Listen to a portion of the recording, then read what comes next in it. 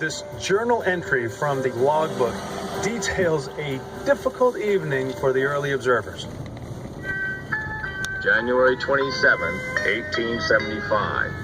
Coldest of the season, 46 below. The wind is blowing a hurricane and has done so all through the night past. Had work today to keep warm. The wind and cold penetrate every cranny. Enormous drifts of snow have formed about the building, and as fast as the passage is cut out and the windows cleared, the wind drives in snow to fill up the gaps. The coal is far from being good. It's full of rocks and clinkers. Respectfully suggest that good coal and another heating stove be purchased. If such weather as this is to continue, it would be wicked to keep men in such a dwelling. Sergeant Isaac Burr. It can be assumed that good coal and another stove weren't purchased because winter occupation ceased in 1890. It took 40 years to round up another... Did you just reopening that? Yeah. It's raining. So? Okay. Very little. Drizzling. It wasn't on the summit.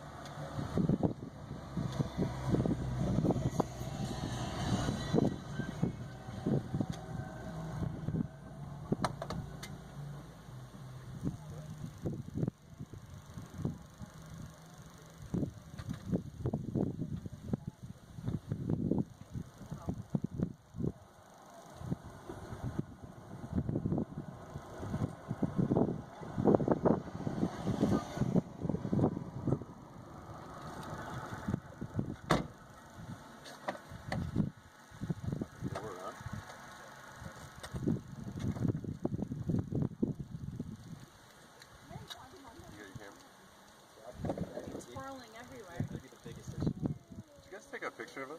Yeah. Don't worry about it.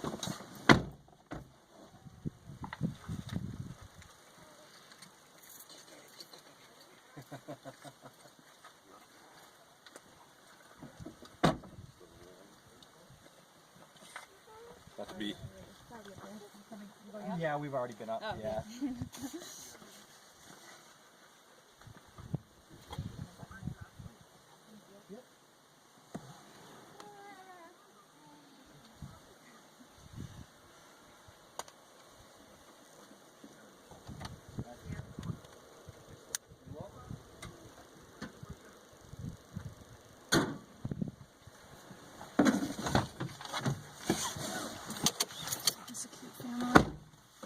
I didn't pause my video. You stopped it earlier. No, I didn't. You did when you leaned over. I didn't. I'm sorry. Your keys aren't in. Shh, it's on video.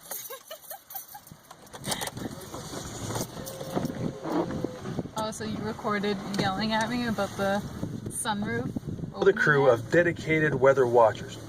In 1932, Alex McKenzie, Joe Dodge, Bob Monahan, and Sal Pagliuca staked a new claim on the summit, and the Mount Washington Observatory began round-the-clock weather observations that still continue to this very day.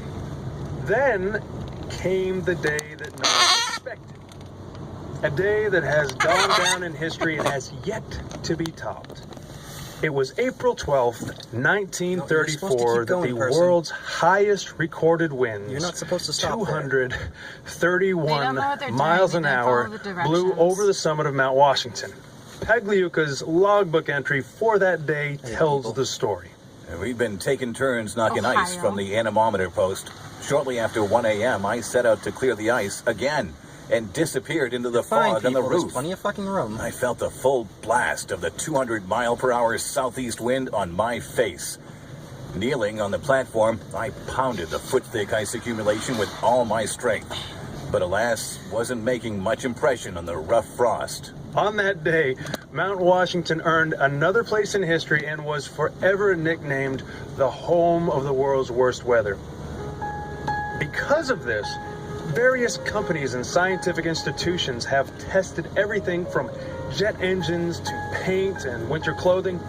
It is because of the reliably harsh extremes of Mount Washington weather that so many different types of tests have been and continue to be done here.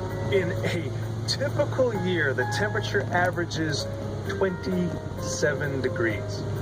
The winds, although averaging 35 miles an hour, exceed hurricane force on more than 100 days out of the year.